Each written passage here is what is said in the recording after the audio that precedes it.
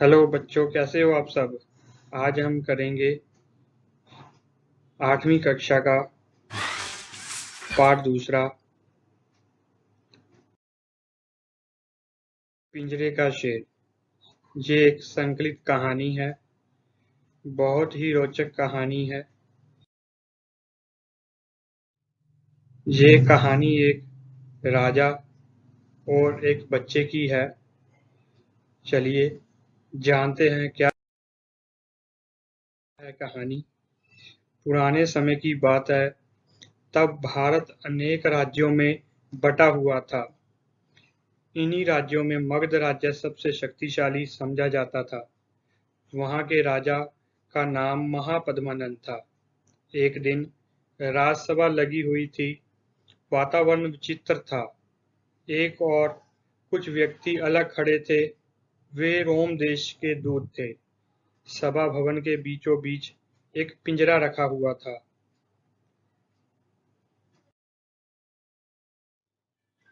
जिसमें किसी धातु का बना हुआ एक शेर बंद था। राजसभा में बैठे सभी लोग पिंजरे की ओर देख रहे थे। थोड़ी देर बाद सम्राट महापद्मानंद राज्यसभा में पधारे।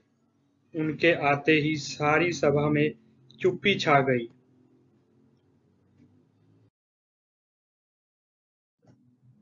महामंत्री शक्तार का संकेत पाकर विदेशी दूत ने आगे बढ़कर अपने राजा की ओर से लाए बहुमूल्य उपहार सम्राट को भेंट किए। राजदूत ने कहा, महाराज, हमारे सम्राट ने एक उपहार और भी आपके लिए भेजा है।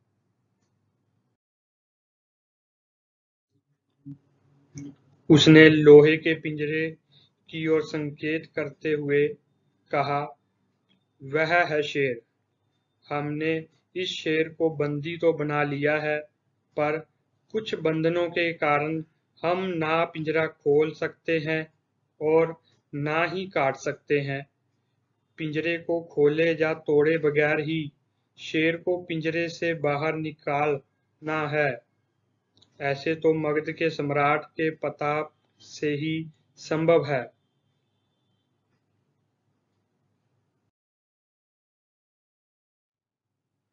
यह सुनते ही सम्राट ने मुस्कुराकर पहले पिंजरे की ओर देखा और फिर महामंत्री की ओर। सम्राट का संकेत पाकर महामंत्री ने राज्यसभा में यह घोषणा की, सभा में बैठे सभी व्यक्ति इस पिंजरे को देखें और बिना पिंजरा खोले या तोड़े शेर को बाहर निकालें।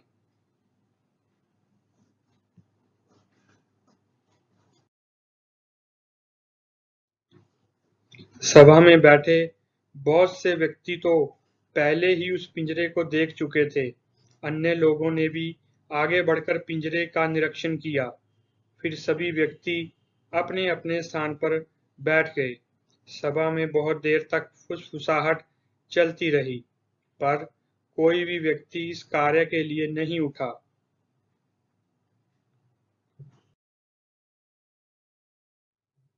शेर को कौन बाहर निकाल सकता है? सहसा सम्राट ने गुस्से से कहा। सभा में फिर कुछ हलचल हुई। सभी लोग एक दूसरे की ओर देख रहे थे। सभी की आंखें लज्जा के कारण झुकी हुई थी। सम्राट फिर गरज उठे, मगध की बुद्धि को क्या हो गया है? महापद्मनंद की राज्यसभा में क्या ऐसा एक भी नहीं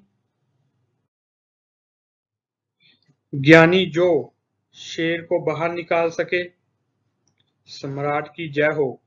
सम्राट और राज्यसभा में बैठे सभी व्यक्तियों की दृष्टि सम्राट की जय बोलने वाले 15-16 वर्ष के किशोर पर टिक गई। मुझे आज्ञा दीजिए सम्राट, किशोर ने सिर झुकाकर कहा। आज्ञा है, परंतु यदि तुम असफल रहे तो तुम्हें मृत्यु दंड दे दिया जाएगा, सम्राट ने घोषणा की। उस किशोर के चेहरे पर इन कठोर शब्दों का कोई प्रभाव न हुआ।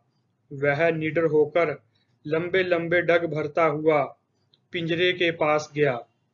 कुछ देर सोचने के बाद उसने कहा, पिंजरे को पानी में डुबो दिया जाए।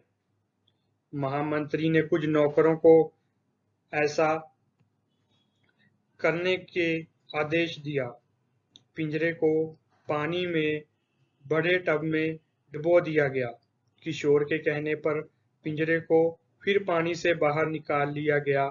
सभी लोग एकटक उस किशोर की ओर देख रहे थे, किंतु वह किशोर बड़े ध्यान से उस पिंजरे में बंदी शेर को देख रहा था। उसकी निर्भीक दृष्टि में धीरे-धीरे विश्वास की चमक उभर आई। उसने सहसा आज्ञा दी।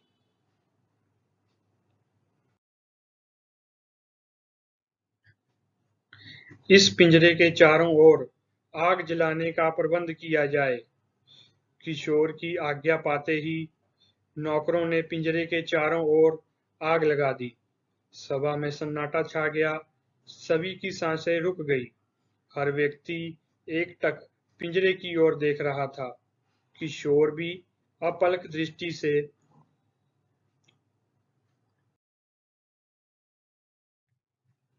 उस शेर को घूर रहा था।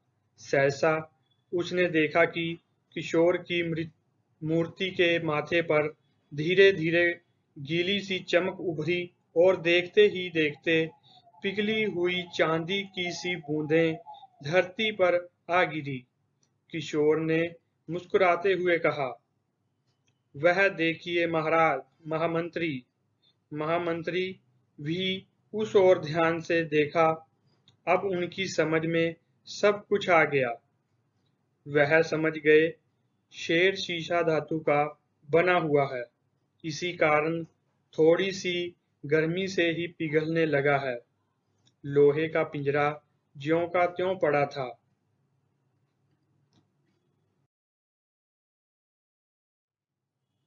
देखते ही देखते पिंजरे के शेर पिघलकर धरती पर फैल गया।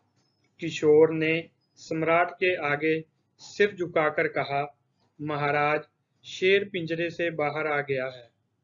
सम्राट ने गर्व से दूत की ओर देखते हुए कहा, दूत, अपने राजा से कहा कि हमारे प्रताप के कारण पिघल कर बाहर आ गया है।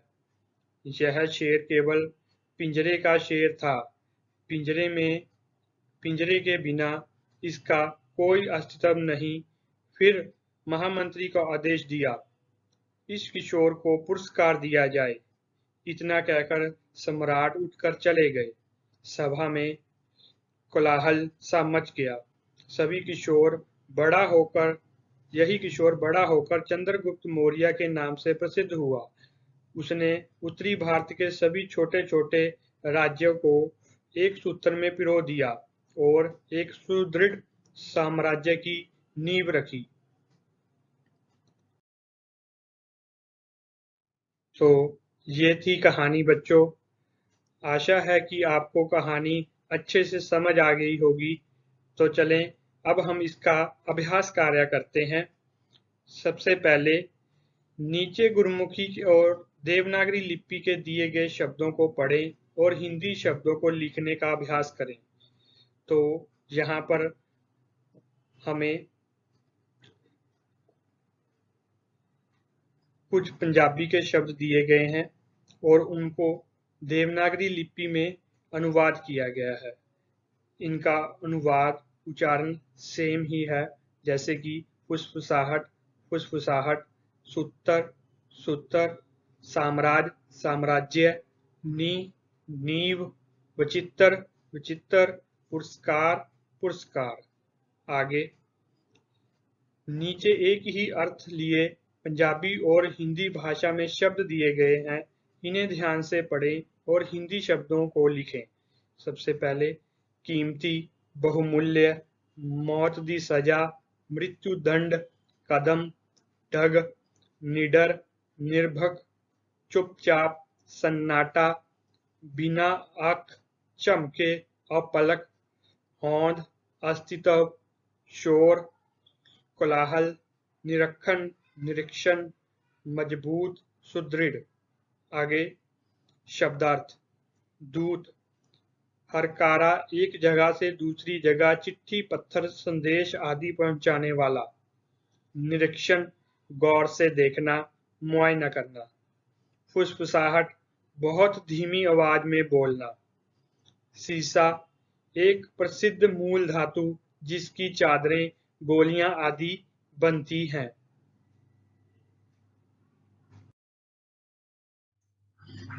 आगे उपयुक्त शब्द भरकर वाक्य को पूरा करें। तो यहाँ पर हमने खाली स्थान को भरना है। तो सबसे पहले क डैश राज्य सबसे शक्तिशाली समझा जाता है।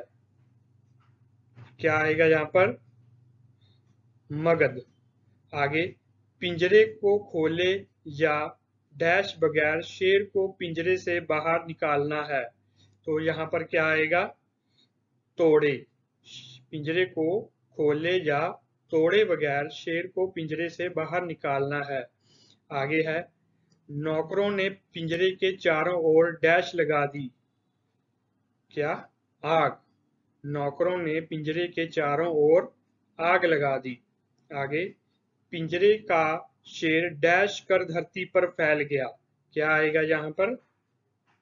पिघल कर। पिंजरे का शेर पिघल कर धरती पर फैल गया।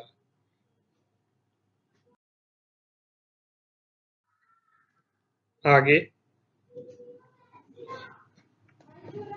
प्रश्न 5। इन प्रश्नों के उत्तर एक या दो वाक्य में लिखें। पहला प्रश्न है महापद्मनंद के दरबार में किस देश के दूत आए थे? उत्तर महापद्मानंद के दरबार में रोम देश के दूत आए थे। प्रश्न ख रोम के राजदूत मगध के सम्राट के लिए क्या लाए? उत्तर रोम के राजदूत अपने साथ एक पिंजरा लाए जिसमें किसी धातु का बना हुआ एक शेर बंद था। आगे प्रश्न ग सम्राट महापद्मनंद के मंत्री का क्या नाम था? उत्तर ग सम्राट महापद्मनंद के मंत्री का नाम शक्कार था।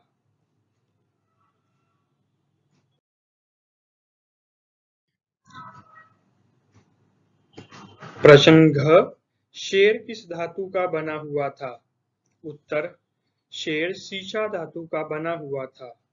प्रश्न ग शेर को पिंजरे से निकालने वाला किशोर बड़ा होकर किस नाम से प्रसिद्ध हुआ? उत्तर शेर को पिंजरे से निकालने वाला किशोर बड़ा होकर चंद्रगुप्त मौर्य के नाम से प्रसिद्ध हुआ। प्रश्न च पिंजरा किस धातु का बना था? उत्तर पिंजरा लोहे का बना हुआ था। आगे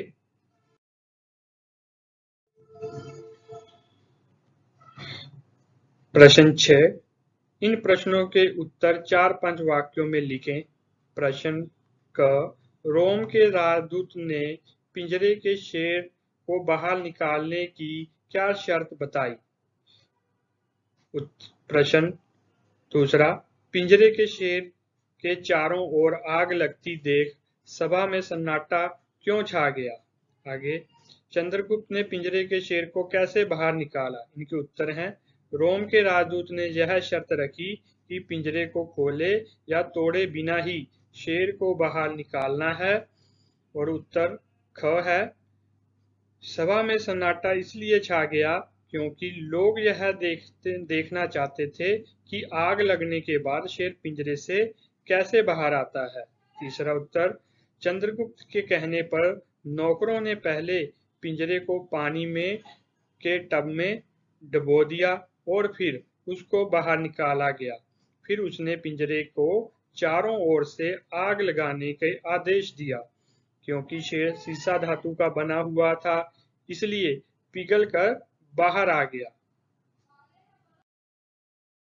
आगे प्रश्न 7। इन शब्दों के लिंग बदलें। तो सबसे पहला शब्द है सम्राट। सम्राट का लिंग बदलो होगा सम्राज्ञी। आगे शेर, शेर का होगा शेरनी। महाराज, इसका होगा महारानी। नौकर, नौकर का होगा नौकरानी। किशोर, किशोर का आएगा किशोरी।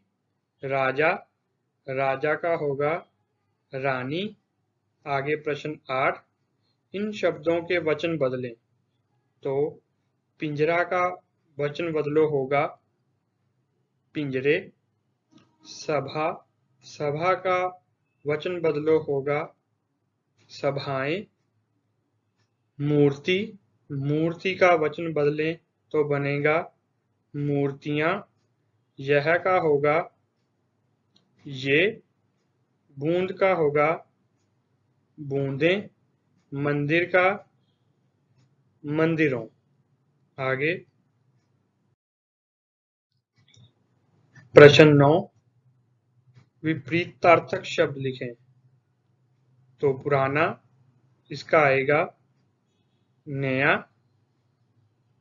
अनेक का आएगा एक। असफल का आएगा सफल। धरती का होगा आसमान। प्रश्न 10, शुद्ध करके लिखें। तो इनके सही जो स्पेलिंग है, वर्तनी है, वो इस प्रकार है। पहला शब्द शक्तिशाली से लिखा जाएगा ऐसे। दूसरा बहुमूल्य। आगे घोषणा, पुरस्कार, सुदृढ़, मृत्यु। प्रश्न 11, उचित विराम चिन्ह लगाएं। ये वाक्य आपने अपनी पाठ्य पुस्तक में से ढूंढकर करने हैं। आगे प्रत्येक शब्द के आगे लिखो यह कौन सी संज्ञा है। 12वां प्रश्न, तो संज्ञा के बारे में आप सभी बच्चे जानते होंगे, तो चलिए करते हैं। जैसे कि इन्होंने पहला करके दिखाया है, शेर एक जातिवाचक संज्ञा है।